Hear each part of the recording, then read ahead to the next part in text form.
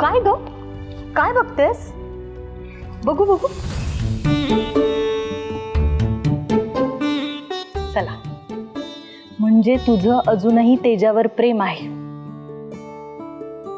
वैदेही, तुमच्यामध्ये एवढा दुरावा आला, इतक्या सगळ्या गोष्टी घडल्या, तेजा तुझ्या विरोधात गेला,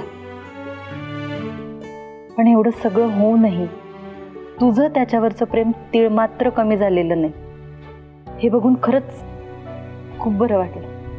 ते फक्त माझ्याकडून आहे ना प्रिया. माझं प्रेम आहेच त्याच्यावर, आणि हे सगळं फक्त माझ्या पुरतं आहे. ज्या क्षणापासून त्याच्यावर प्रेम करते ना प्रिया, मी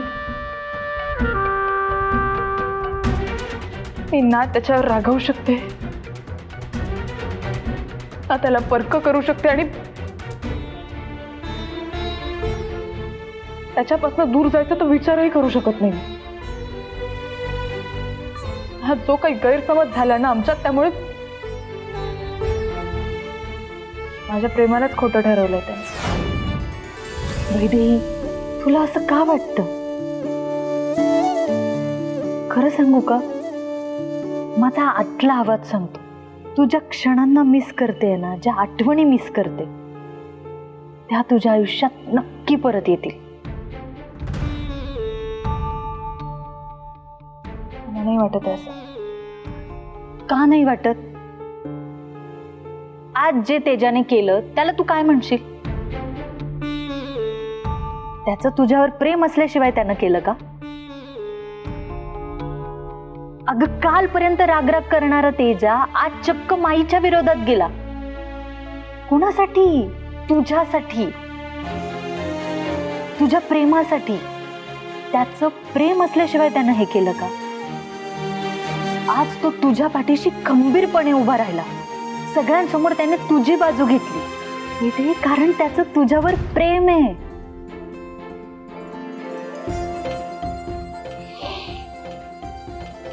माझा नवरा होण्याआधी ना तो एक चांगला माणूस आहे प्रिया. आज त्यांनी जे काही केलंय ते फक्त आणि फक्त माणुसकीच्या नात्याने केलं.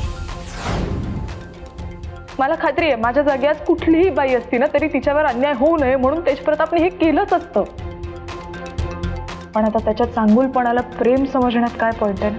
वैदेही, हे बघ. प्रिया, प्लीज प्लीज नको.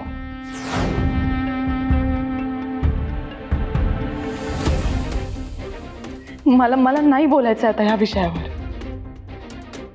मी तुला सांगू, मला कंटाळा आलाय. तर एवढे प्रयत्न करून सुद्धा त्याला माझं प्रेम कळणारच नसेल तर मी तरी होप्स ठेवून काय उपयोग आहे? नाही मिळणार मला त्याचं प्रेम कधीच. आणि हे मी ऍक्सेप्ट केलंय आता. तो त्याच्या जागी योग्यच आहे अगं. म्हणजे बघ ना, माझे त्याच्याबद्दल जेव्हा गैरसमज होते तेव्हा मी त्याचा ऐकून घ्यायचा प्रयत्न केला का? नाही ना. तो तरी का माझा ऐके? वैदेही, तू असं का बोलतेस? तुला खरं सांगू का, जेव्हा आपल्याला असं वाटतं ना की सगळं संपलंय, तेव्हा खऱ्या अर्थानं ती नवी सुरुवात असते. ह्या गोष्टी वाचायला ऐकायला किती सोप्या वाटतात ना,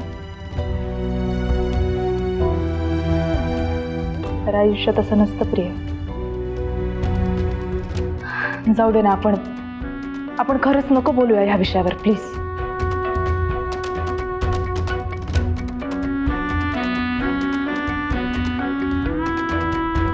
बरं, ठीक आहे, तू आराम कर.